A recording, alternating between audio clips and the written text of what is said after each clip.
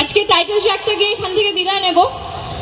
তো এখানে এসে আপনাদের সবার এত ভালোবাসা পেয়ে আমার সত্যিই খুব ভালো লেগেছে।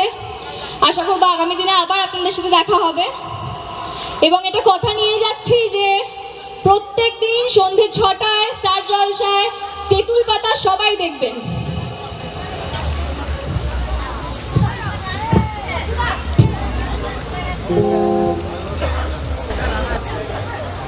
যেন তেঁতুল পাতায় তোমার ঠিকানা লিখেছি আমি জীবনের খাতায়, দুজনে সুজনে রয়েছি যেন তেঁতুল পাতায়।